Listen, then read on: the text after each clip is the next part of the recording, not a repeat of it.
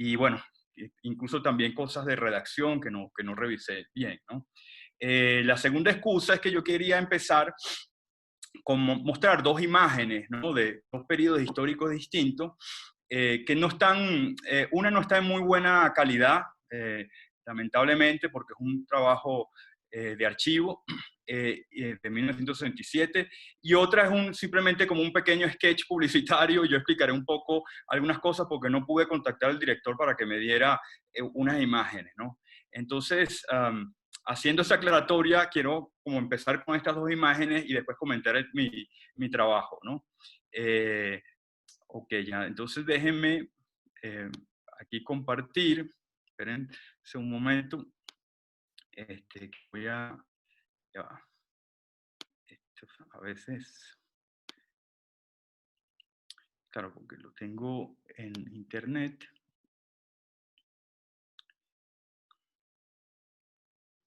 Ok, entonces...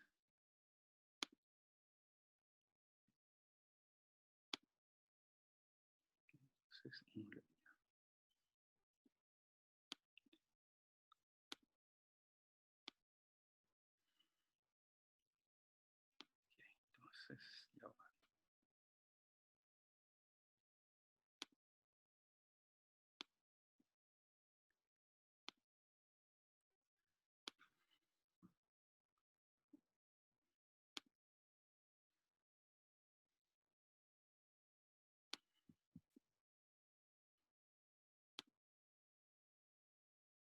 Ok. Bueno, disculpen la calidad de las imágenes. Este es un mediometraje realizado en 1967 por Maurice Audreman, que es el primer mediometraje y la primera producción de ciencia ficción en Venezuela, ¿no? Eh, es un poco una recreación de un proyecto utópico que se llama Proyecto Estructura Funcional para Encontrarse a Uno Mismo, por eso se llama FPUM, ¿no? Es la propuesta de un arquitecto, un ingeniero que tiene este proyecto utópico de un espacio para convivir de una manera distinta, y hace una alianza con un personaje que es como una suerte de mago alquimista, ¿no? Y se encuentra con él en una zona interior de Venezuela, y las imágenes que vamos a ver es un encuentro que él tiene en la noche con este alquimista, la esposa de él, y, y ellos tres, digamos, entre bebidas, otras sustancias que consumen, tienen una suerte de relación, y después eso se convierte como en un rapto onírico, que después uno de ellos despierta como si fuese un sueño lo que vivió anteriormente, ¿no? Entonces vamos a ver simplemente las escenas, es muy corto, vamos a ver, pero quiero mostrarles un poco las escenas, la escena general que de alguna manera se relaciona con lo que estoy trabajando. Entonces,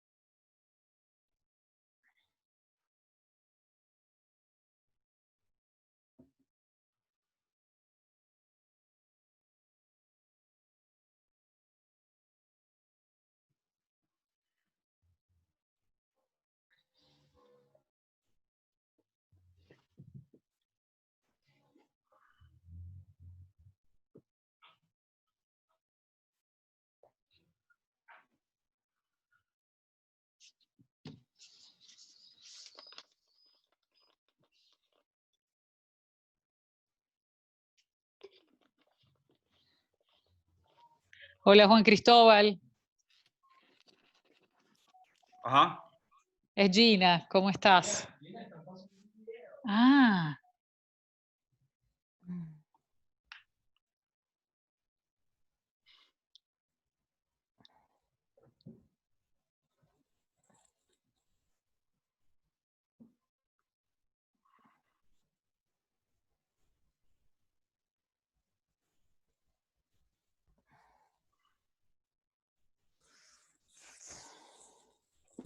Ok. ¿Es sin sonido? No, tiene sonido, pero no se escuchó. No, no. Yo pensé que eran sin sonido, como Ah, querés intentarlo, no sé. sí, bueno, aunque... Ah, qué pena, no sabía porque no sé ¿Vos qué. estabas escuchando? Sí, yo pensaba que se escuchaba y no sé qué será porque no se escuchó. No, Eh, no. Yo creo que es una cosa que el Zoom no tiene. El Zoom no tiene para transmitir sonido que es de la computadora, sino solamente del micrófono. Puede Tenés que ser. Creo que poner es una compartir limitación de Zoom. escritorio. No, Ah, si no. pones compartir Puede escritorio ser. sale. O no compartir pantalla, sino compartir escritorio. Compartir escritorio. ¿Dónde Claro. se comparte, Ceci? Yo creo que debe ser esto. Déjeme probar a ver ahorita.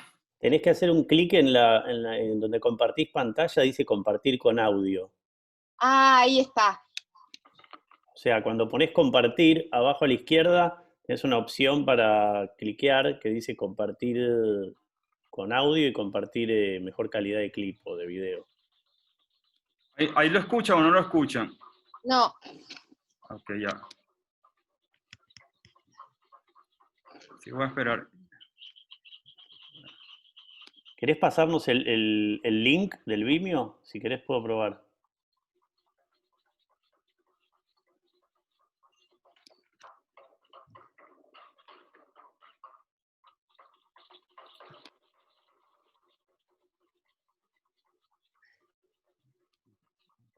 ¿Está en YouTube?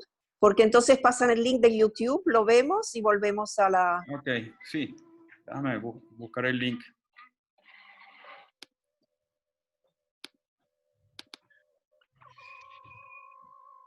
ahora sí suena algo. ¿Suena algo? ¿Se oye? Sí. Ok, entonces déjenme... Sí.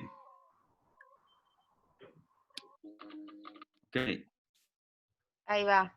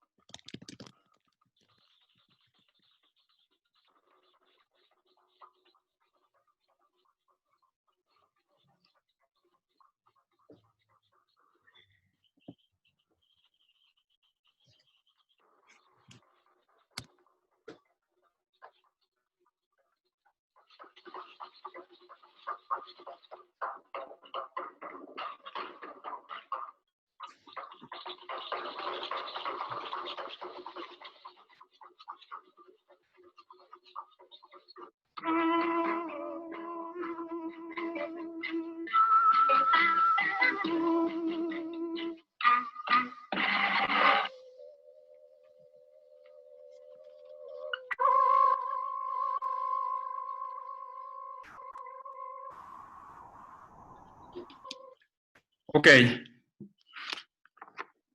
Entonces, vieron ahí y escucharon bien, ¿no? Sí, ahí se escuchó lo más bien. Ok. Bueno, digamos, en detalle lo que quería destacar es que al final, que se convierte en una forma de sueño, estos cortes donde empiezan a aparecer imágenes, digamos, de reconstrucciones modernas, ¿no? Justamente en el momento previo al despertar, ¿no? Es decir, cómo se va fusionando un poco con imágenes oníricas. Ellos antes, en otras imágenes previas a las que ustedes vieron, habían bebido y consumido algunas otras cosas, ¿no? Entonces, esto un poco como una breve introducción de una imagen de un momento histórico también muy importante, en 1967, en los años 50, digamos, podríamos estar hablando con la dictadura de Pérez Jiménez, hay un gran boom de la industria petrolera, ¿no? En los años 60 ya estamos en la democracia, pero se mantiene un poco la infraestructura de algunos elementos del desarrollo, el desarrollismo perejimenista, con algunos cambios y obviamente una mayor democratización. Y el tema petrolero es digamos, el país se convierte, ya desde antes el país está muy vinculado al petróleo, ¿no? Muy dependiente ya del petróleo en ciertas instancias, ¿no? La otra imagen que quiero mostrar es también muy corta, es todavía mucho más corta, y ahí también les explicaré. Es de una película reciente, hecha por Jorge Tillen, que es un director joven venezolano, y ya estamos en otro contexto histórico distinto. Ya es el momento de la crisis petrolera venezolana, de la crisis un poco del modelo que se impuso en estos momentos. Y la historia cuenta sobre esta casa que ha sido abandonada por sus dueños hasta cierto punto, y se la dejan a la señora que trabajaba en esa casa, ¿no? Y la señora que trabaja en esa casa cría a su familia ahí, ¿no? Durante todo este tiempo, y la película empieza en que esa familia quiere demoler la casa, ¿no? El protagonista, que tiene una familia viviendo ahí, y es el nieto de la señora doméstica que es la que está viviendo la casa, empieza a lidiar con el problema de qué hacer, porque no consigue trabajo afuera, no tiene instituciones públicas que lo puedan ayudar, y está en el dilema de qué hacer, ¿no? La esposa al final toma la decisión de irse, perdón que les cuente toda la historia porque es importante, bueno, la película termina como una ruptura donde él queda como inmerso en una gran interrogante de qué hacer, ¿no?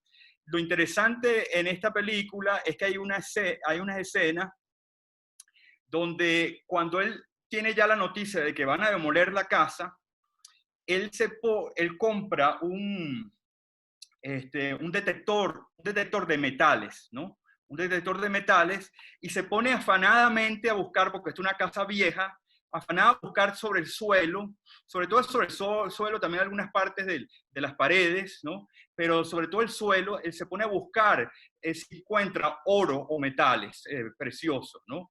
Un poco desesperado por la necesidad de buscar, ¿no?, una alternativa de dinero, porque está en una situación de gran precariedad, ¿no? Y entonces durante esa búsqueda que él hace con el detector de metales a lo largo, sobre todo del suelo, pero ahí también revisa las paredes, en esos momentos es muy curioso porque en la película empiezan a reaparecer fantasmas, ¿no? Y fantasmas vinculados, digamos, a la tradición afro-venezolana, a los que habitaron en esa casa, pero de la historia no oficial, por decirlo de una manera, ¿no? Entonces, en el momento en que él, digamos, empieza a hacer, lamentablemente no están todas esas escenas, por eso lo estoy explicando, en el momento en que él empieza a buscar en el suelo esos metales preciosos, anhelando la posibilidad de una salida casi milagrosa a la crisis que está viviendo, empieza a tener como estos arrebatos alucinógenos, podríamos decir, o arrebatos fantasmáticos, fantasmales, donde reaparecen muertos, ¿no? Familiares de él, o habitantes de ese lugar, ¿no? Como presencias en los momentos en que él busca oro o busca otros metales preciosos. Entonces, déjenme ponerlo para que lo vean. Simplemente, lamentablemente, es una suerte de sketch publicitario de la película, pero ahí pueden ver algunas imágenes, ¿no?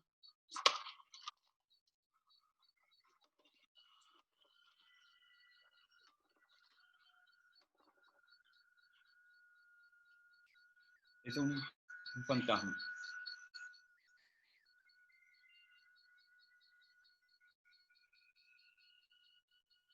Aquí se ve la casa como cuando uno era chiquito. Prefieren tumbarla y vender terreno.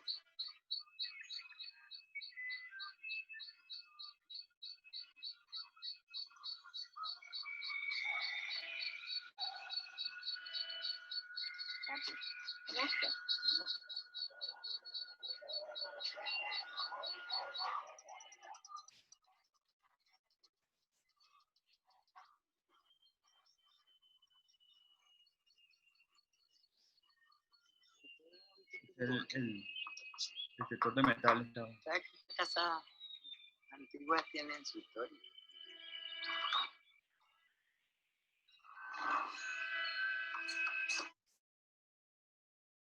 Bueno, disculpen que eso es lo que tenga el material, pero es que no pude contactar al director y, digamos, las imágenes donde él sale utilizando el detector de metales son, hay varias imágenes y varias escenas, él en el suelo detectando, y donde él busca es en el suelo básicamente, ¿no? Pero eso es lo que tenía, ¿no?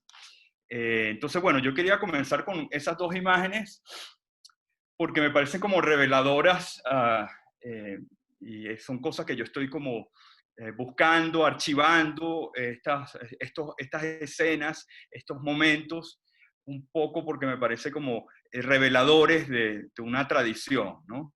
Entonces, bueno, con eso un poco resumo en breve el trabajo que ustedes ya leyeron y comento algunos aspectos de algunos desarrollos que vengo trabajando sobre esto, ¿no? Primero que nada, esto es un proyecto que he ido trabajando intermitentemente, porque como sabe Florencia, yo tengo otro proyecto donde estoy trabajando ya medialidades técnicas, la máquina de escribir, pero este es un proyecto que de hace tiempo estas obras las he venido trabajando y pensando y cada vez más he ido acumulando material para desarrollar algo más ambicioso que simplemente un paper, ¿no? Está también vinculado este trabajo a un proyecto que un editor, Manuel Silva, que tiene una revista, una página web, está tratando de armar un proyecto para repensar el petróleo en Venezuela y también reunir como trabajos clásicos también sobre el petróleo, ¿no? Y él me invitó hace tiempo y eso, digamos, habla la posibilidad de desarrollar más esta lectura que vengo trabajando, ¿no? También incluso allá mismo en Argentina, en un congreso donde incluso participó también Mario, empecé a desarrollar como los primeros esbozos de la lectura de Cubagua, ¿no? También muy alentada por las discusiones y conversaciones que he tenido con Julio Ramos, Juan Duchesner y Juan Pablo Lupi, que creo que también está ahí, con quienes he estado hablando un poco de Cubagua, ¿no? Entonces, a partir de esas discusiones, esas conversaciones que hemos tenido, he ido desarrollando más esta propuesta, ¿no? Bueno, como pudieron ver, yo estoy tratando de trabajar un poco lo que podríamos ver, como la cierta ficción literaria, pero no necesariamente, como vieron, es exclusiva de la ficción literaria, sino se puede pensar otros artefactos culturales. Están mostrando una suerte de fantasía, o sea, cómo se reviste el suelo o el subsuelo de cierta fantasía de la riqueza, ¿no? Cómo de alguna manera en los discursos nacionales venezolanos, está muy circunscrita también a la realidad venezolana, por el hecho de ser un país que dependió y ha dependido en ciertas épocas más que otras del petróleo, ¿no? como país monoproductor, cómo estas ficciones nos ayudan a ver ese revestimiento que se le da fantasioso de la fantasía de la riqueza, ¿no? Al suelo y al subsuelo, ¿no? Incluso cómo dentro de una tradición del discurso republicano y el discurso soberanista, esa fantasía ha estado operando de una manera perversa, porque incluso a veces no estamos tan conscientes de ese imaginario, y es un imaginario que podríamos decir que ya viene de antes con el que vemos en el archivo republicano, en gente como Bolívar, como Andrés Bello, ¿no? Pero viene también más atrás, que podemos ir un poco, porque tiene residuos también coloniales, ¿no? Que se reinterpretan, reaparecen en los discursos posteriores, ¿no? Entonces, claro, yo me concentro, como pudieron ver, inicialmente en Sobremesa, de José Asunción Silva, que a pesar de que no es venezolano, ¿no? Él vivió en Venezuela, ¿no? Y trabajó en parte durante la estadía en Venezuela en ese proyecto, aunque, como sabemos, después en Colombia lo pierde, lo tiene que reescribir, pero ya estaban algunos elementos, ¿no? De Sobremesa que él estuvo trabajando durante su estadía en Venezuela, ¿no? Y me interesó también porque él está apuntando ya, José Asunción Silva, a esos problemas del archivo republicano que de alguna manera reaparecen en los imaginarios nacionales de los discursos nacionales en Venezuela sobre esta fantasía de la riqueza, ¿no? Yo me detuve en José Asunción Silva, como han visto, en dos escenas, esa famosa escena que él tiene en los Alpes suizos, que imagina, ¿no? Un proyecto muy autoritario, ¿no? Muy moderno, ¿no? De unión del continente, ¿no? Y tiene como esa suerte de arrebato, pues, ¿no? Y el segundo momento es cuando él se detiene, más adelante en la obra, él se detiene a analizar los minerales, ya desde un punto de vista más del coleccionista privado, admirando el valor de los minerales, ¿no? Y yo trato de hacer una lectura en donde ambas dimensiones, digamos, una dimensión que tiene un elemento muy soberanista, residuos muy soberanos de ese imaginario, digamos, de una nueva república perfecta, unida, o un proyecto utópico, con el imaginario privado del fetiche privado de estos minerales. Yo trato de mostrar que de alguna manera pueden estar unidos, ¿no? Después, la segunda lectura es un texto de José Tadeo Arriaza, Calatrava, que se llama Canto al ingeniero de minas, ¿no? Ese es un texto muy curioso, porque es un texto distinto a la obra de él, porque la obra de él es como la de un modernista tardío, con elementos muy épicos, con elementos muy vinculados al culto bolivariano, al culto de los grandes héroes, y de pronto escribe este texto, ¿no? Y este texto lo escribe porque está muy influido influido por una experiencia que tuvo yendo a Margarita, que es una isla que queda muy cercana a Cubagua, por cierto, ¿no? Y conoce ahí a varios mineros internacionales que están, algunos buscando petróleo, otros ya haciendo trabajo de explotación petrolera, ¿no?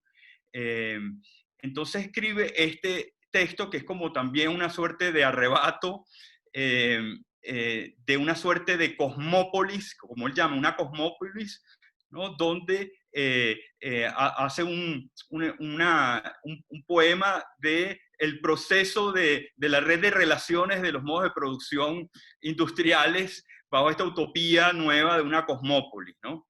Entonces me pareció muy interesante y también lleno de este entusiasmo que algunos críticos lo han llamado casi como alucinógeno, de una transformación de un modelo donde todo está cambiando, ¿no? Y además también hay un corte interesante con la idea de la tierra, que el suelo ya va pasando por todos los procesos de transformación industrial que se notan en cualquier proceso moderno, pues, ¿no?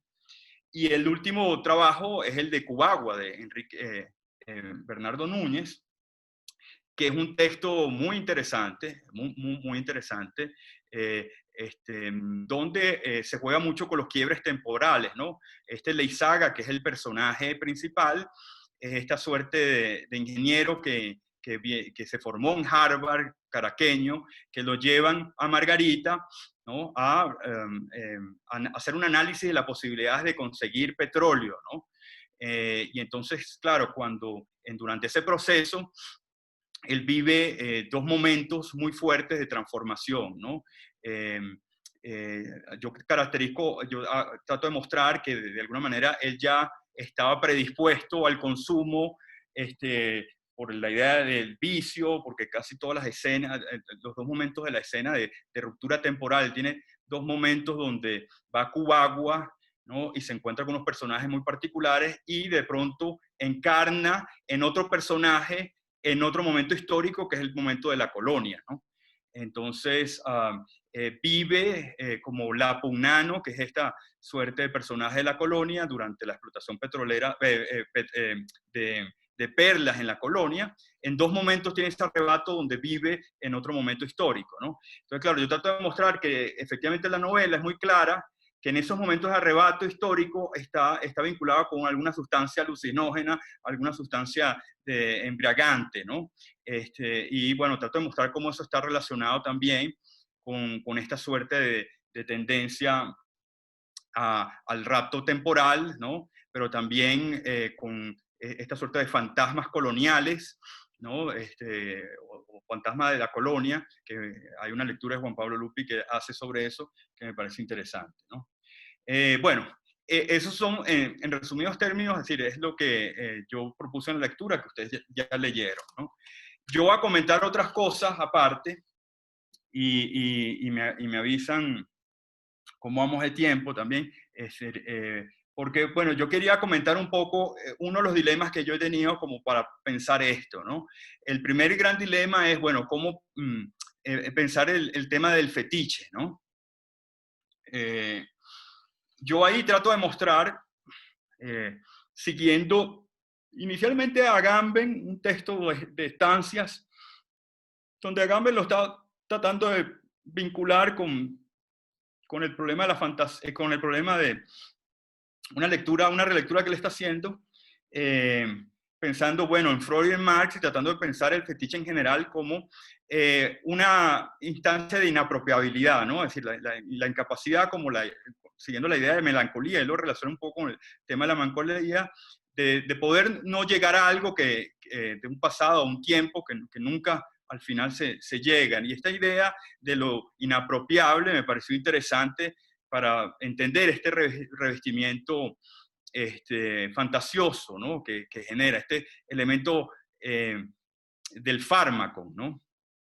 Eso lo pudieron ver ustedes en el texto, ¿no? Pero, digamos, también me interesaba las discusiones que se han dado sobre esta dimensión fantasmal del fetiche, desde Marx, pero obviamente Benjamin. La discusión con Benjamin es muy interesante, la propuesta de Benjamin, que ustedes saben muy bien, la conocen muy bien, pero claro, a mí me interesaba pensarlo, no desde el consumo individual, ¿no? Sino viéndolo como desde un contexto que podríamos llamar postcolonial, de un país que sigue un capitalismo de Estado, ¿no? Y que es monoproductor, ¿no? Pensar esa instancia del fetiche no como un consumo individual, sino verlo desde un consumo colectivo, por decirlo de una manera, ¿no? Eso me interesó trabajarlo y pensarlo desde ahí, ¿no? De hecho, es muy curioso ver, por ejemplo, que las exposiciones universales, el modelo de exposición universal que Benjamin trabajó, ese mismo modelo que se replicó en Venezuela de exposición con el gobierno de Guzmán Blanco, ¿no? Bueno, está en función de la celebración de Bolívar, ¿no? Y tuvo galerías, ¿no? Celebrando la naturaleza y los productos naturales venezolanos, ¿no? Es decir, que los productos que se estaban mostrando eran productos también nacionales, ¿no? Y vinculados a la naturaleza y vinculados al agro en ese momento, ¿no? Entonces, yo he querido como en otro momento desarrollar más esta manera de leer a Benjamin desde otro lugar, pues, ¿no? Desde otro contexto, pensándolo más bien desde esta dimensión, ¿no? Y para ello entonces me puse a releer 3 trabajos de importantes antropólogos culturales venezolanos, ¿no? Que algunos de ustedes los conocen. El primero de ellos es Rafael Sánchez, que tiene un libro que él publicó en el 2006, que se llama, él lo publicó en inglés, Dancing Jacobins, ¿no? Este libro, él está proponiendo, porque está hablando de la historia venezolana, él propone una teoría muy interesante, porque él habla, hablando de, repensando algunas categorías de Foucault, él habla de el dispositivo monumental, ¿no? Y él trata de desarrollar una teoría del poder en Venezuela, donde fue muy importante en el momento traumático de la independencia, la necesidad de que los líderes de la independencia, bajo una teatralización monumental, una suerte de performance monumental, ¿no? Se constituyeran en los verdaderos agentes de la ley y subsumieran la heterogeneidad del pueblo venezolano o de los pueblos venezolanos, lo asumieran en el performance de la personificación, ¿no? Entonces, claro, él cuando analiza el periodo de José Antonio Páez y de Guzmán Blanco, que son 2 periodos muy importantes del siglo XIX, él trata de mostrar cómo ese dispositivo, que fue un dispositivo que empezó a aparecer en los primeros discursos de los republicanos, empezó a convertirse en una teoría de poder para que el presidente asumiera de alguna manera el trauma que generó la pérdida del cuerpo del rey, por decirlo de una manera, de esta teoría del cuerpo simbólico, ¿no? Del cuerpo político, ¿no? Y ve entonces, y muestra Rafael Sánchez, cómo el empresariado, ¿no? Y la industria de la agricultura, que en ese momento se tenía que rescatar, porque durante la colonia Venezuela era una mera capitanía general, y en la colonia Venezuela fue reconocida por la abundancia de su agricultura y cierto grado de riqueza en su exportación de agricultura, pues, ¿no?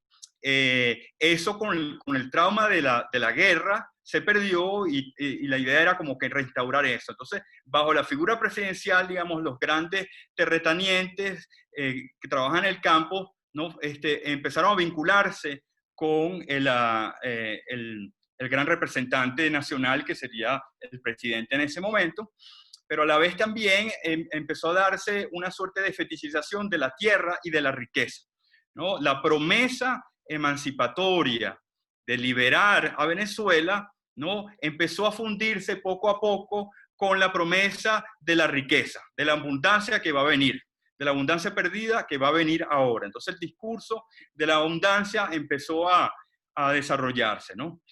La otra propuesta que leo es la de Fernando Coronil, que él tiene este famoso trabajo, el Estado Mágico, ¿no?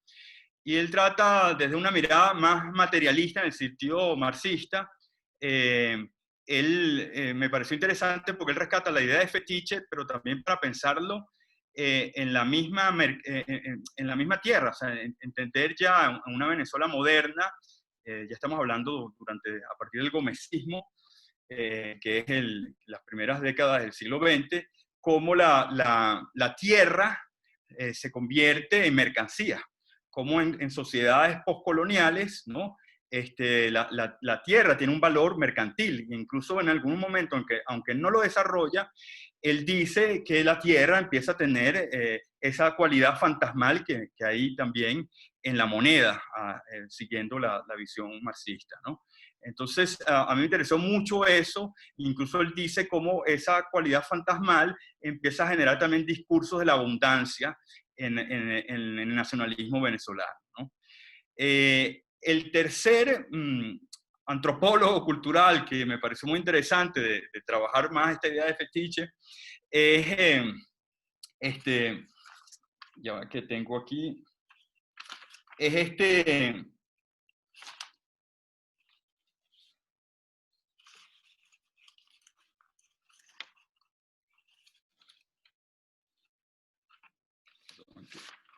buscar bien acá, porque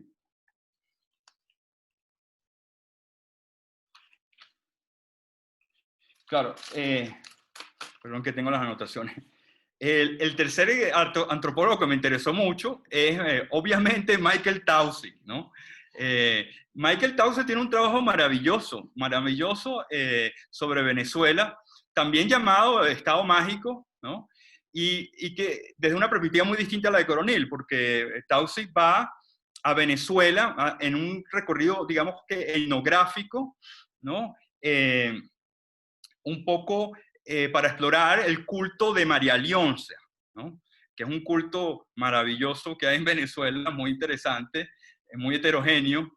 Él va a analizar ese culto y él se encuentra en su recorrido que ese culto está muy vinculado a la figura de los héroes de la independencia y muy vinculado a Bolívar, ¿no?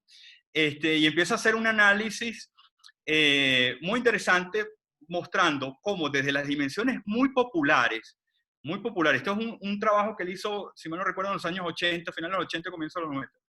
Él empieza a encontrar cómo desde la dimensión popular, ¿no? Tanto en los altares que tienen las casas, como en los altares que hay en el culto de María Leonza, como en los mercados populares, la figura de Bolívar es muy fuerte y la figura de los héroes de la independencia es muy importante. Y entonces empieza a ver unas conexiones y unas relaciones muy interesantes entre la dimensión institucional del culto bolivariano y la dimensión popular del culto bolivariano, ¿no? Que están conectadas, ¿no? Y en un momento analiza la moneda, ¿no? Y la economía venezolana. Y se da cuenta, bueno, hace un análisis bueno, la moneda es el bolívar también, ¿no? Es decir, Bolívar representa la moneda nacional, ¿no? Y hay todo un fetiche también de la idea del tesoro nacional, ¿no? De la idea de que la riqueza, ¿no? La guarda la nación, ¿no?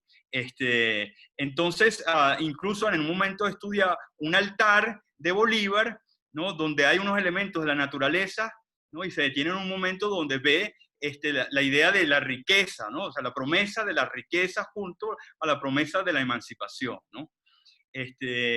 Entonces, me pareció muy interesante, es una perspectiva distinta, es una perspectiva que me parece que está más acorde con lo que yo estoy trabajando, porque él ve ya esta interrelación de una manera, o su visión del fetiche es una visión más relacional, más dinámica, donde se conecta lo institucional y lo popular de maneras muy interesantes, pues, ¿no? Y él efectivamente Se cortó, ve la... ¿no? ¿Aló? Se escucha, ¿Me ¿eh? escucha? Sí, ¿Se sí. escucha bien? Sí. ¿Sí? Ok. Ok. Entonces, claro, entonces lo que decían, él utiliza mucho los calificativos de la dimensión embriagante, la dimensión contaminante, ¿no? Del fetiche estatal, ¿no? Cómo contamina y trabaja en varios registros, ¿no? Y lo ve mucho en los cultos de María Leonza, en los cultos sobre todo a los héroes de la independencia que se da en el mismo culto de María Leonza. Y esos cultos están muy vinculados también a la idea de trance, a la idea también de embriaguez, porque se toma mucho a la idea del rapto, ¿no? Entonces, para mi estudio me ha interesado mucho esa dimensión también, porque ya vemos que está pensando la dimensión del fetiche desde esta perspectiva narcotizante, por decirlo, contagiante, narcotizante, embriagante, ¿no? Y incluso hasta una dimensión onírica que la trabaja él en estos raptos o trances que tienen los seguidores del culto de María Leonza, que él lo ve como también algo propio de los que siguen el culto bolivariano. Y este es un texto de los finales de los 80, o sea, no lo separó con la dimensión política de lo que vino después, ¿no? Entonces, eso me pareció importante, ¿no? Juan Cristóbal, perdón, unos minutitos más y cerramos, así nos queda Sí. tiempo para discutir, si te parece. Sí, sí. Dale. Perfecto, entonces voy a cerrar, Flores, y simplemente lo que quiero decir es que, bueno, esto es algo que vengo trabajando, vengo estableciendo como un archivo. Estas imágenes que yo les pasé son parte de otros elementos que he ido descubriendo poco a poco, y me parece que hacer una lectura de esta dimensión puede ser más reveladora para entender cómo está funcionando estos mecanismos del fetiche, ¿no? En el Estado Nacional venezolano. Bueno, muchísimas gracias, realmente muy interesante. Para mí fue, la verdad, una alegría encontrar una lectura conjunta de Taussig y Coronil, porque siempre me llamó mucho la atención esa coincidencia, y bueno, y con los materiales que vos traes, se justifica también, ¿no? Como materialmente. A ver si hay comentarios o preguntas. Yo tengo las mías, pero no quiero acaparar el micrófono. Así que ahí está Betina. Dale, Betina. Después Álvaro. Hola, Juan Cristóbal, ¿se me escucha? Sí. Sí, bueno, muchas gracias por tu disertación, por compartir con nosotros tu trabajo.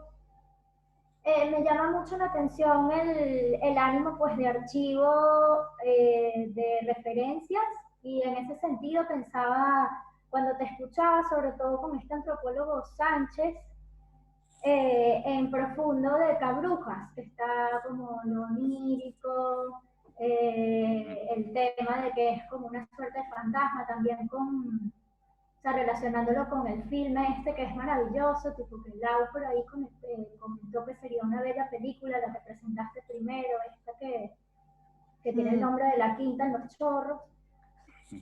Y bueno, un poco nada más eso, que me parecía una referencia que no había aparecido, que no la había visto, y pensaba si era un recorte quizás del tiempo, o si no estabas tomando en cuenta quizás referentes teatrales, pero más bien me parece que es un trabajo muy diverso, que no pareciera que estuvieras como acotándolo a ningún género ni temporalidad.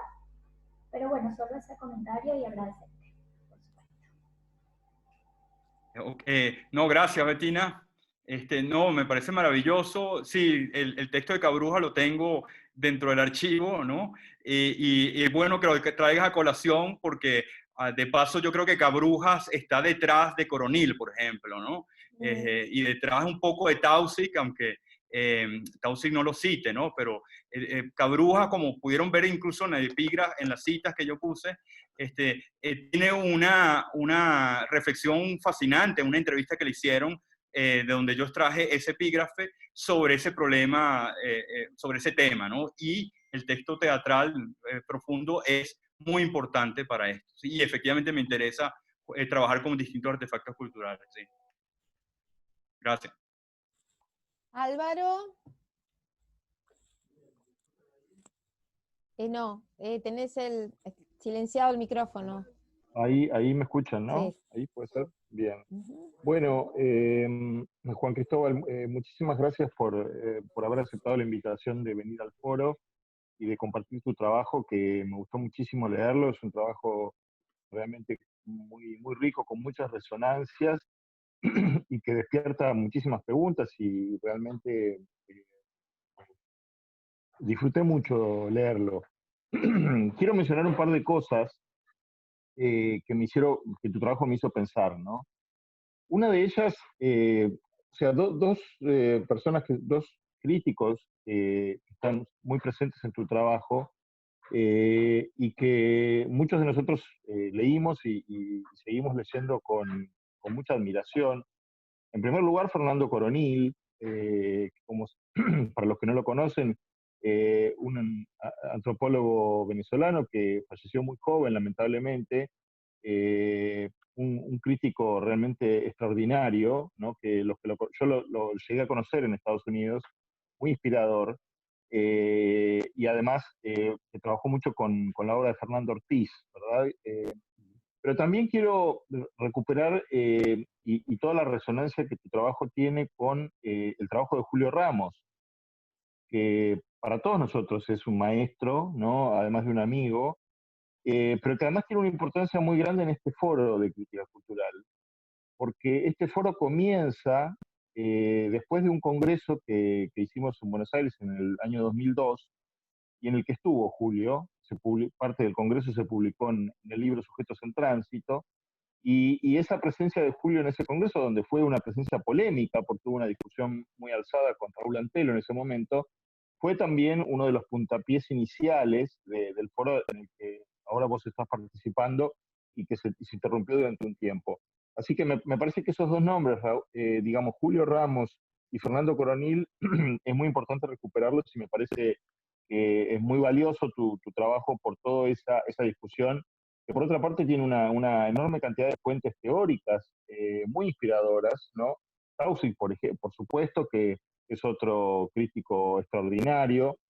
Pero yo quiero detenerme en un punto una de las cosas que más me resultó más interesantes de tu trabajo, porque es una zona donde todavía queda mucho por trabajar y por desarrollar en el campo de los estudios latinoamericanos, digamos, y que también tiene muchos ecos con la Argentina, ¿no?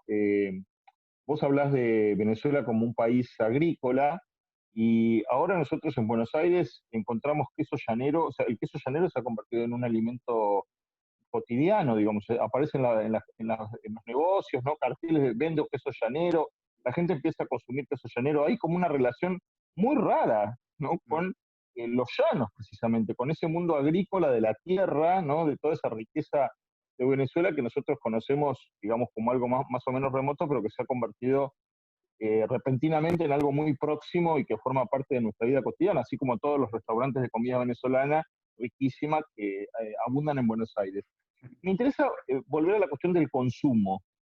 Okay. Me parece que ahí tenés un núcleo muy, muy rico para pensar el consumo, el fetiche, naturalmente, ¿no? El fetichismo de la mercancía de Marx, del cual vos hablás, y también todas las referencias a Benjamin, a Freud. El fetiche es una categoría extraordinaria y un poco infinita, pero que también tiene todos esos ecos mágicos que me resultó muy interesante verlo en las películas, sobre todo en la primera, que no la conozco, pero me gustaría saber más sobre esa película, donde está toda esa dimensión mágica, ¿no? Porque no nos olvidemos de que el fetiche también tiene un componente indígena, ¿no?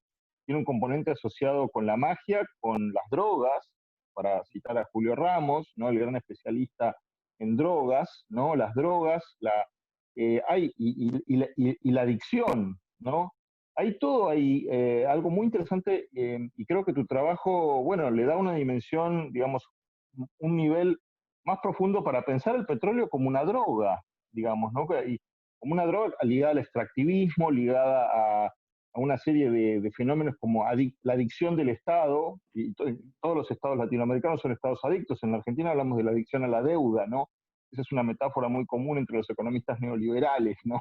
Que critican nuestra adicción a la deuda. Bueno, pero cada estado tiene su adicción y su pequeña sustancia mágica que puede ser la solución, ¿no? Y que ha sido generalmente, tiene esa dimensión así como... Y además alimenta el consumo, toda esa dimensión de consumo que vos trabajás también, y que también es muy interesante para pensarla en términos literarios y culturales. Así que bueno, mi comentario, que no es propiamente una pregunta, más bien una reacción frente a la lectura de tu trabajo y a todo lo que tu trabajo nos inspira para seguir pensando. Bueno, muchísimas gracias, Álvaro. Yo estoy muy contento de verdad de estar aquí con ustedes otra vez, porque yo la pasé muy bien en esas discusiones que tuvimos en Argentina. Sí, hace un año. Hace un año, sí. Y desde ese entonces hemos mantenido relaciones, porque yo siento que hay unos nexos en común muy grandes, más allá también de las conexiones de líneas que nos interesen, sino también el tema afectivo, de cierta empatía que tenemos en muchas cosas, ¿no? Y qué bonito lo que dice Julio y Fernando. De Julio, digamos, hablando de la economía de la deuda, a Julio yo le debo muchas cosas, ¿no? Porque es una persona que siempre está disponible a ayudar, ¿no? En muchas cosas, en muchas situaciones, ¿no? Y efectivamente, estas reflexiones vienen mucho de hablar y discutir con cosas de Julio. Yo estoy muy pendiente de mandarle a Julio este trabajo para ver qué opina. Porque está como muy imbuido en las búsquedas que él viene desarrollando hace mucho tiempo, ¿no? Lo de Coronil y Taussig, yo estoy haciendo un poquito también una travesura, porque si estuviese vivo Coronil, quizás no le guste que lo ponga relacionado con Taussig, ¿no? Pero yo siento que ya las generaciones posteriores, digamos, esos desencuentros los podemos superar y ver los aportes y leerlos de otras maneras, ¿no? Y yo siento que las dos obras son grandes aportes, cada una por su cuenta, ¿no? Tal cual. Y el mismo Rafael Sánchez, que no es tan conocido, fue también amigo de Coronil, y muy amigo de Taussig. Entonces hay también un sistema de relaciones ahí interesantes también, ¿no? Pero bueno, de verdad muy agradecido por los comentarios, y son cosas que voy a seguir trabajando y dialogándolas con ustedes porque me parece interesante su perspectiva. Tengo manos levantadas de Juan y de Gaby. Juan creo que primero. Juan Lupi. Hola, Juan Cristóbal. Bueno, primero que muchísimas gracias. Bueno, me encantó leer el trabajo y de esto, bueno, como dijiste, hemos hablado ya bastante. Mira, tengo un comentario y dos preguntas, y las dos preguntas no las tienes que responder necesariamente ahora por cuestiones de tiempo y no le quitar el tiempo a las demás personas. Lo primero es un comentario sobre uno de tus dilemas, que era cómo pensar el fetiche. Creo que pensando en Cubagua y bueno, y también en Venezuela en general, a finales del siglo XIX, creo que la figura de Arístides Rojas puede ser bastante importante. Es una figura que es muy importante para el propio Enrique Bernardo Núñez, como tú señalas en el trabajo. Bernardo Núñez dice que él se inspiró en la crónica de Pons. Yo creo más bien que se inspiró en una crónica que Arístides Rojas escribió sobre Cubagua, porque ahí aparecen absolutamente todas las fuentes. La novela es casi que él hizo una novelización entonces Arístides Rojas como coleccionista y como archivista y como compilador de todas estas leyendas justamente a finales del siglo XIX, creo que es una figura muy importante. Eso, el primer comentario. Luego, las dos preguntas. Lo primero, cuando tú hablas de discurso soberanista, no me queda claro realmente qué es. Cuando yo oigo discurso soberanista, lo que me imagino es un discurso en donde de tipo nacionalista, en donde el Estado o el pueblo, que son cosas distintas, pero bueno, tienen soberanía sobre la tierra y las riquezas del subsuelo. Entonces, quería preguntarte, ¿qué sería lo soberanista en Cubagua?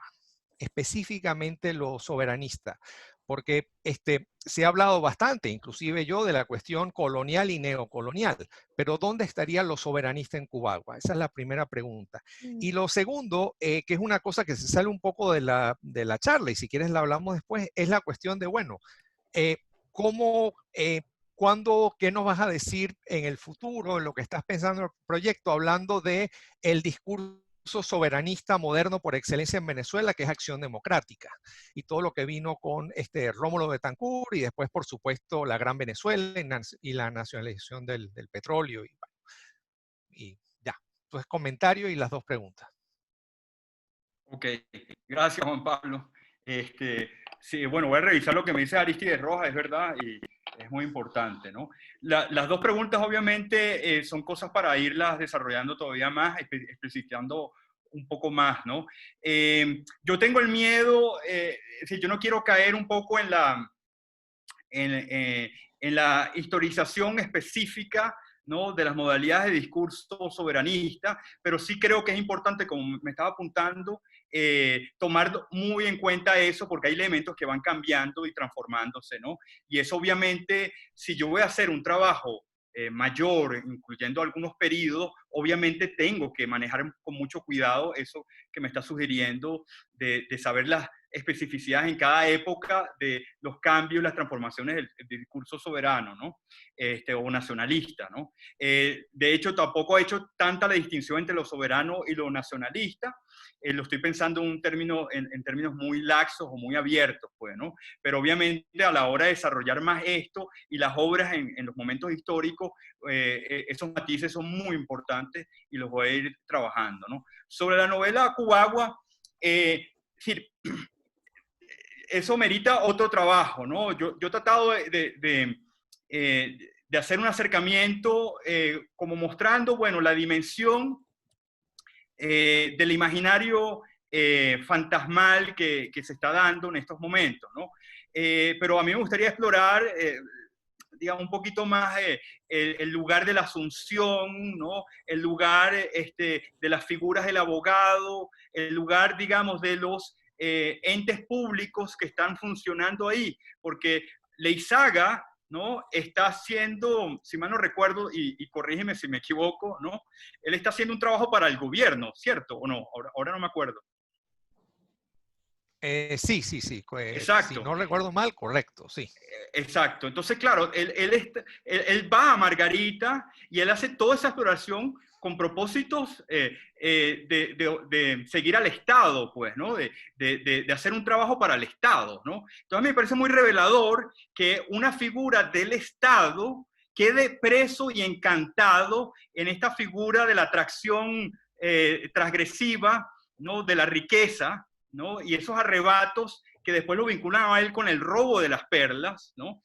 Me parece interesante para mostrar, bueno, que esa dimensión que yo llamo perversa del soberano es algo que está en el imaginario soberanista de una manera inconsciente, ¿no? Pero efectivamente en Cubagua hay que trabajarlo más, pero al ser funcionario público, ¿no?, ya estamos viendo que es alguien que desde ahí está siendo atraído, ¿no?, por la riqueza del petróleo y por las riquezas después al conectarse con el tema colonial, con la riqueza de las perlas. Pero efectivamente es algo para desarrollar más y trabajarlo más, ¿no?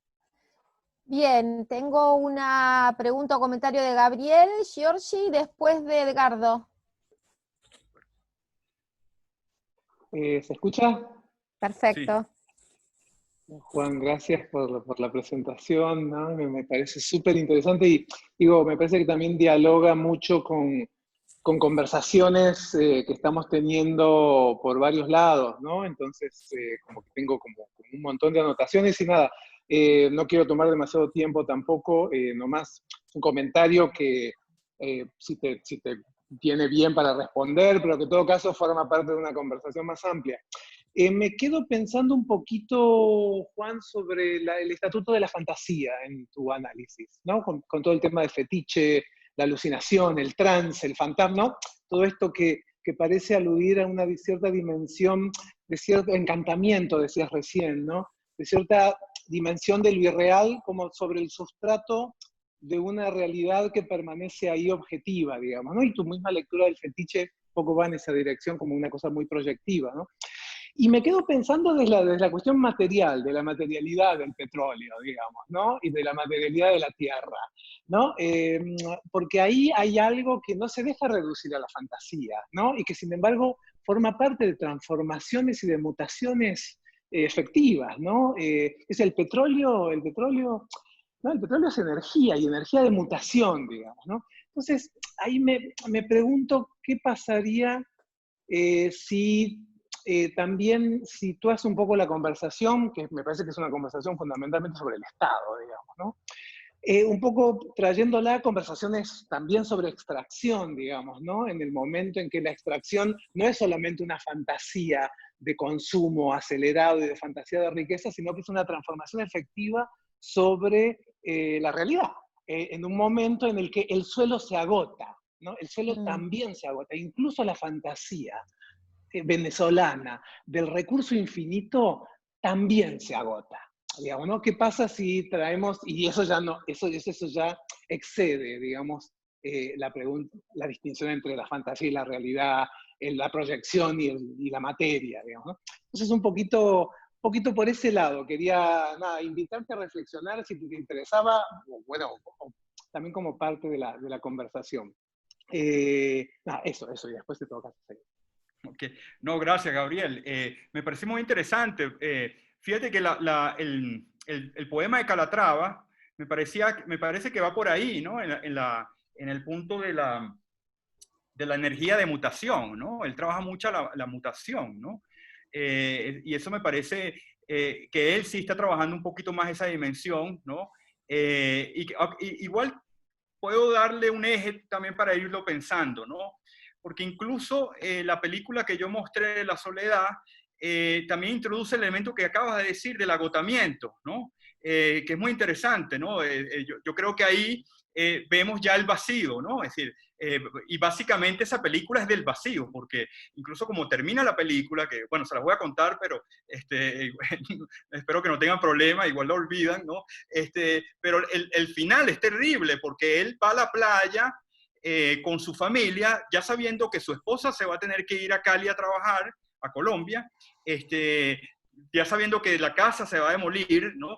Y que él no ha conseguido nada, ¿no? Entonces, en un momento, la película termina donde él está en la playa, acostado, ¿no? Y claro, hacen una toma casi que panorámica, mostrando como el vértigo de su ansiedad de qué es lo que va a hacer, ¿no? Y él se queda completamente en un estado de ansiedad absoluta, y así termina la película, porque él no ha podido resolver qué va a hacer en su vida, ¿no?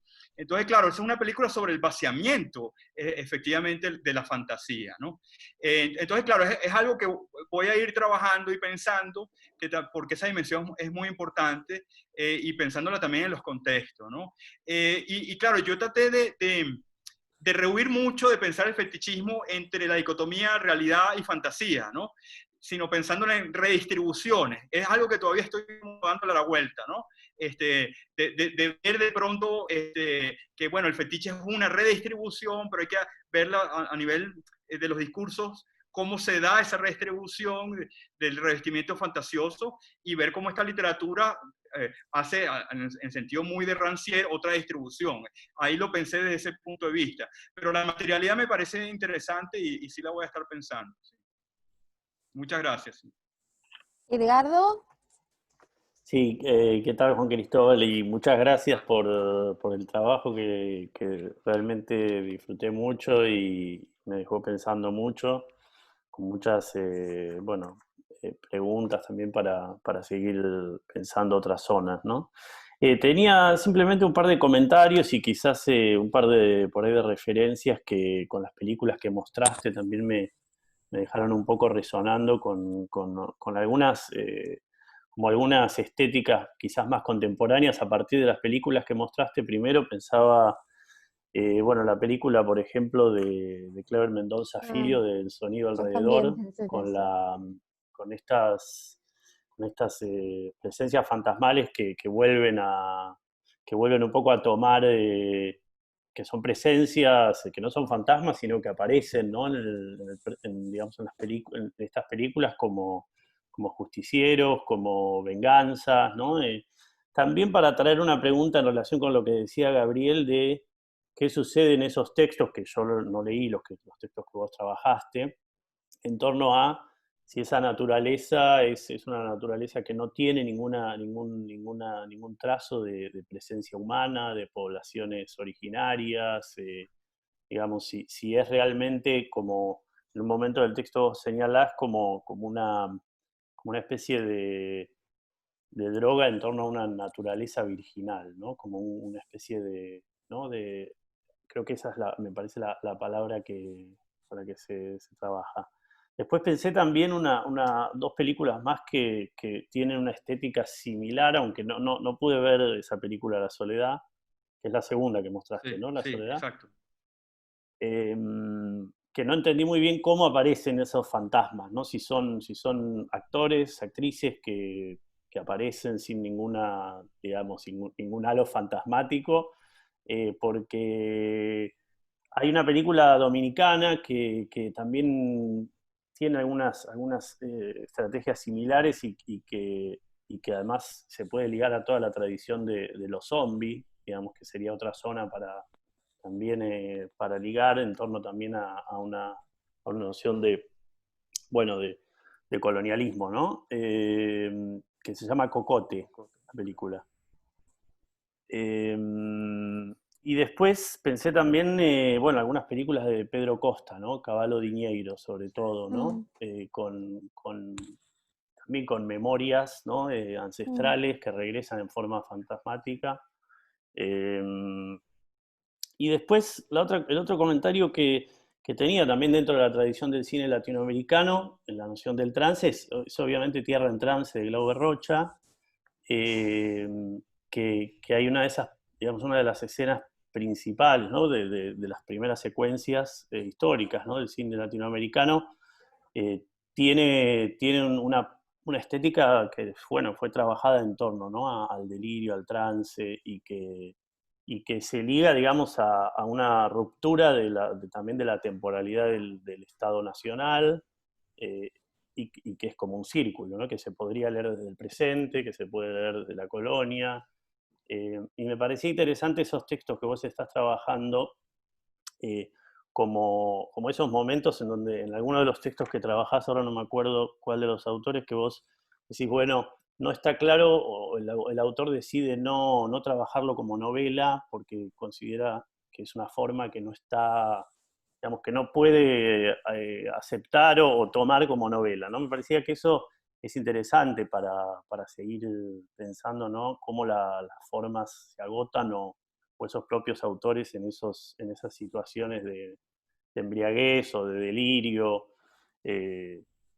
prefieren no acotar, ¿no? No delimitar del todo. Y también, digamos, pensaba, para ya cortar y no sacar más tiempo, pensaba también en algunas escenas como de raptos casi delirantes que sin efectos de las drogas podíamos leer, por ejemplo, en Sarmiento y en otros textos fundacionales de la modernidad,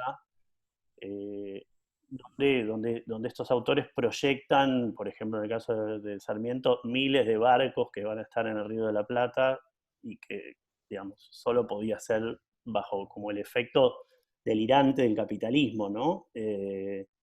Como que hay algo ahí casi de la proyección anterior que viene del propio capitalismo, que bueno, que vos trabajás también, ¿no? Bueno, esos eran algunos de los comentarios y ya dejo para dejar más tiempo. Bueno, sí, gracias, Edgardo.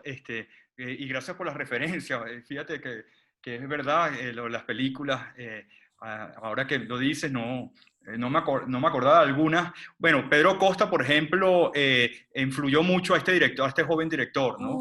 Y él lo dice abiertamente. Entonces sí hay esa marca de Pedro Costa en su film, ¿no? La presencia fantasmal aquí es curiosa porque es muy corta, es decir, se da en un momento cuando él está con el detector de metálicos, que de pronto ve ciertas figuras, ¿no? E incluso ve la figura también de su abuelo muerto que no conoció, pues, ¿no? Y son figuras que de pronto aparecen unos segundos y ya, ¿no? Y él en un momento lo comenta en esa voz en off con la abuela, y la abuela habla de eso, pero ya. Es decir, la película no se preocupa mucho tanto en eso, sino te lo muestran en esos momentos donde él está buscando oro con el detector de metales, y son momentos como, bueno, donde un poco se congela la imagen, donde se juega mucho con el silencio, y ya, no vuelvan a aparecer, no es un motivo tan importante para la historia, ¿no? Pero sí, claro que obviamente tiene una razón importante, cuando uno ve toda la perspectiva del drama que está viviendo el personaje, ¿no? Sobre lo de la naturaleza que me decías inicialmente, en Cubagua hay unos elementos interesantes, porque el segundo rapto que tiene Leizaga, que es el protagonista, Cubagua es esta isla pequeña que queda al lado de Margarita, que fue famosa por la explotación petrolera, ¿no? Para aquellos que no han leído la novela, fue famosa, y para saber el contexto, porque fue el primer lugar donde hubo una gran explotación colonial, donde acabaron con muchas tribus indígenas, se las llevaron allá a que buscaran las perlas y los obligaban a nadar varios metros y quedar abajo extrayendo las perlas. Y básicamente fue tan tenaz, tan intensa la extracción petrolera, la extracción perlífera, perdón, que acabaron con las perlas. O sea, acabaron completamente con las perlas. Entonces, Leizaga va a Margarita y le dicen, bueno, mira, en Cubagua hay la posibilidad de conseguir fuentes de petrolera. Entonces él va a Cubagua y tiene estos arrebatos, donde de pronto se encuentra con un personaje, Fray Dionisio, bueno, no quiero entrar en detalle, pero tiene estos arrebatos históricos que de pronto está en la colonia bajo la figura de otro personaje que es Lapunano, ¿no? El segundo arrebato es en una catatumba de Cubagua, en las profundidades, ¿no? Entonces se juega mucho como con una dimensión de la naturaleza no histórica, ¿no? Una dimensión de la naturaleza que va más allá.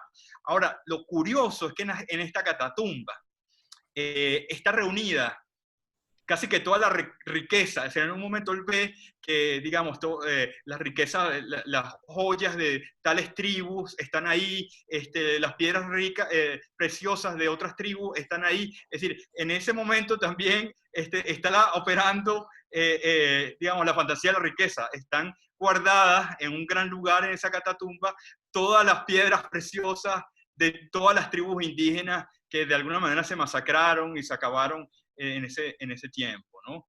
Entonces, bueno, sí hay una dimensión, digamos, histórica de la naturaleza, también atravesada por los imaginarios que yo quería trabajar, ¿no? Y creo que, bueno, y lo que dices de Sarmiento, digamos, a mí me parece interesantísimo otra vez releer mejor este archivo republicano, ver estas otras dimensiones para ver qué tanto reaparecen, porque efectivamente yo sí he encontrado que hay muchas cosas que están entrando en diálogo con otras dimensiones de discursos anteriores, no solamente coloniales, sino republicanos, en estos trabajos más contemporáneos, ¿no? Y bueno, las películas estoy pendiente porque efectivamente las referencias son muy importantes, ¿no? Entonces te lo agradezco. Bien, ¿alguien más? ¿Alguna otra pregunta o comentario? ¿Alguien que se quiera sumar? Florencia. Sí, Benjamín, ¿no? Sí. Adelante. Hola Juan, bueno, gracias por el texto. Yo en particular tenía un simple comentario sobre otro texto. No entendía al principio, bueno, ahora a partir de las preguntas de los profesores, ya más o menos, no sería, digamos, un trabajo sobre una literatura nacional. O sea, a pesar de que, bueno, digamos, Asunción Silva está como relocalizado ahí. Entonces digo, si al futuro como incorporás materiales, yo pensaba en un pasaje de Hijo de Hombre de Roa Bastos, donde justamente hay tres personajes que salen de una prisión para ir a la Guerra del Chaco. Justo la Guerra del Chaco es entre el 32 y el 36, o 30 y 32, no, 30 y 32. Y coincidiría temporalmente, si bien la novela es del 60, coincidiría temporalmente justamente con los tres textos que trabajaste vos. Entonces capaz que podría ser útil. Estos personajes están hablando, están yendo efectivamente a la guerra, paraguayos, y uno de ellos dice, se viene la guerra por el petróleo. Y otro les dice, no le vamos a dejar, efectivamente, no le vamos a dejar el queroseno a los bolis.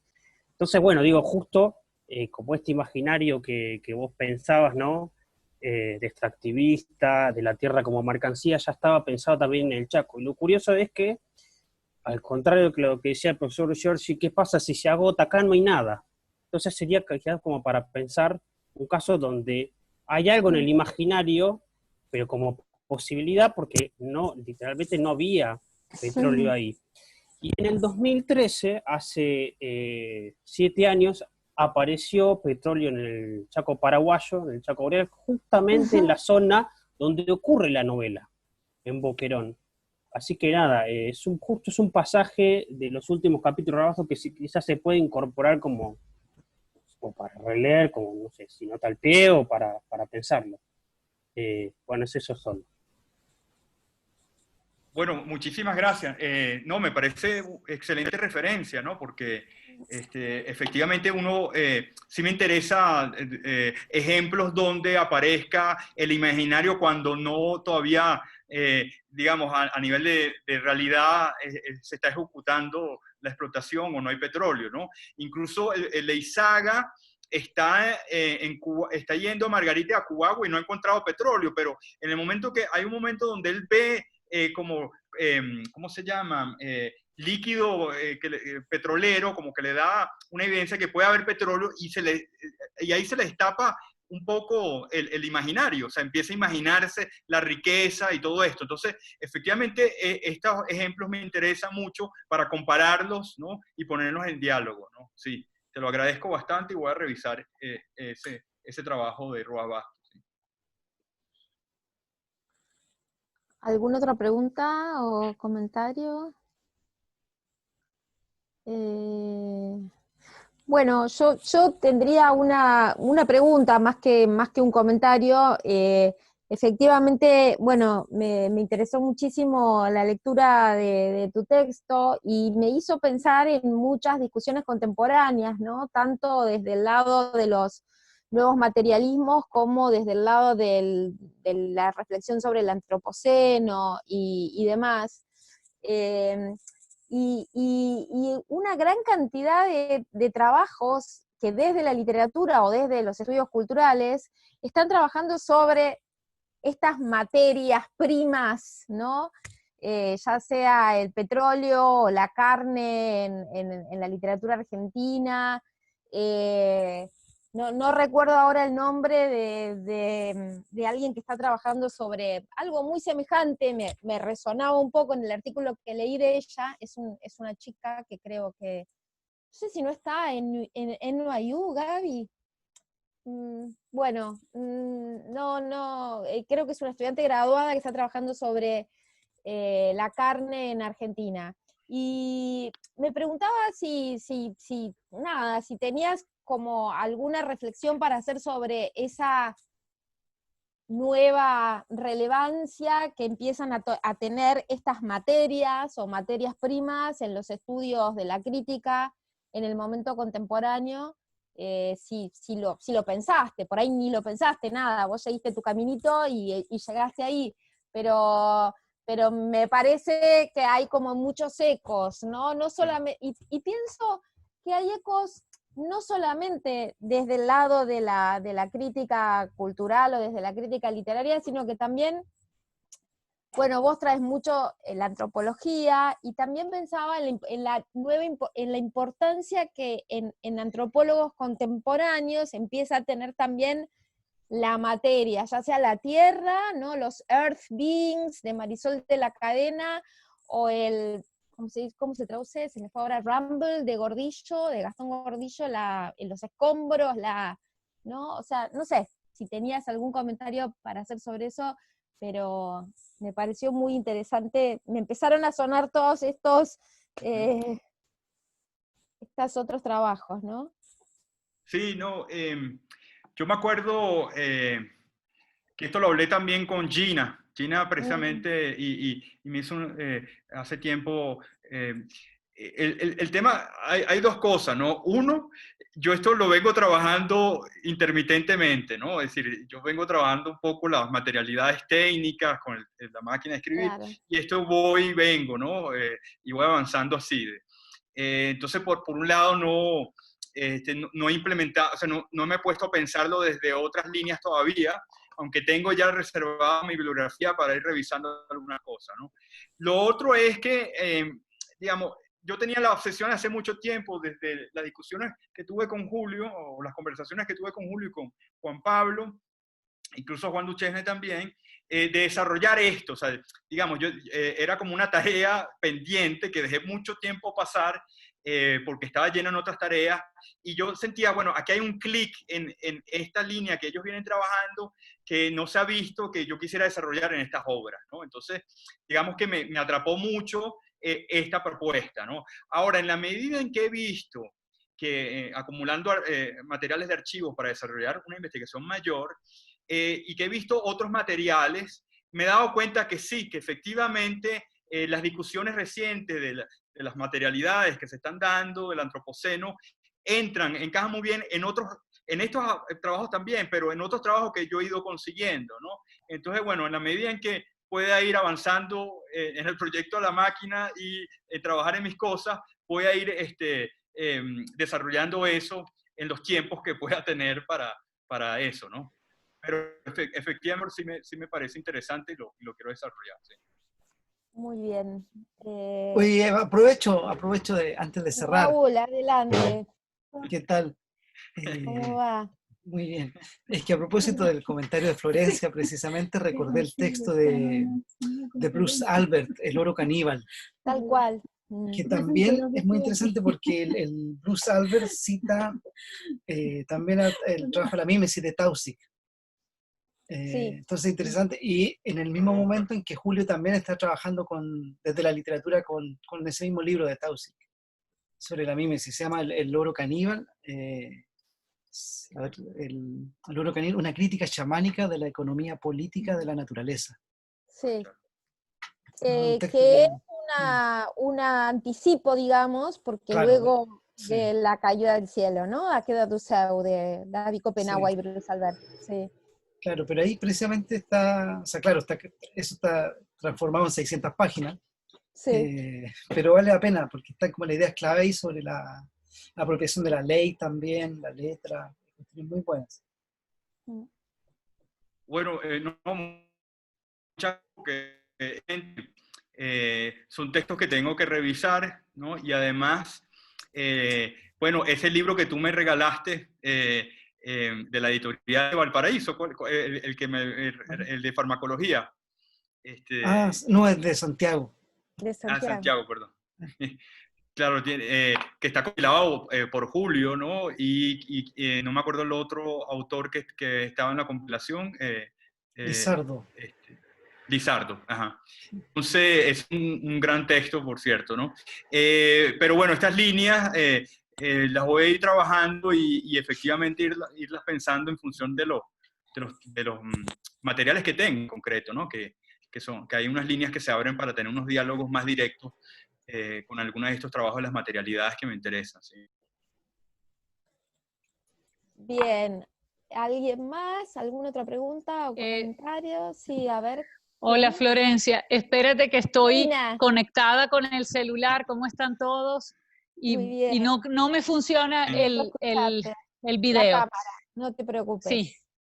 Bueno, quería solamente hacer un comentario mínimo, que no sé ni siquiera si puede ser útil, Juan Cristóbal, para ti, pero estaba pensando en la palabra derrame, que se utiliza mucho en términos o relacionada al petróleo, pero creo que se pudiera implementar también para vincularla con estos derrames delirantes o psíquicos que tú trabajas vinculados al petróleo. Entonces, otra vez, un poco como lo planteaba Florencia, cómo esta materia es materia en el sentido del petróleo y también lo que decía Gabriel de la energía, pero también produce como otra materia que es la materia psíquica o ese efecto psíquico. Entonces, no sé, creo que el concepto, la palabra derrame, teóricamente pudiera vincular la dimensión matérica del petróleo con esa dimensión onírica o psíquica que tú trabajas. No sé si, bueno, por supuesto en Deleuze está, pero habría que ver cómo llevarla a la discusión que a ti te interesa. Okay. Gracias, Gina. Sí, efectivamente, me interesa, estas dos dimensiones, tratar de combinarlas, es una de las líneas que hay que trabajar y bueno, voy a pensar efectivamente lo que está diciendo el derrame, la noción de derrame me parece interesante, sí. Y además también hay, en el archivo que tengo, hay escenas de derrame muy interesantes también, ¿no? Sí. Bueno, bueno, mil gracias Juan Cristóbal, gracias a todos los participantes. Sería lindo ir a tomar un vino todos a un lugar concreto, material, pero bueno, al menos por ahora, y esperemos que termine pronto esto en todos los lugares donde están. Al menos por ahora tenemos la felicidad de poder encontrarnos así. Así que mil gracias y bueno, nos estamos viendo en algún Zoom. Mil gracias. Gracias a ustedes. Chao. Chao, hasta luego. Gracias a todos.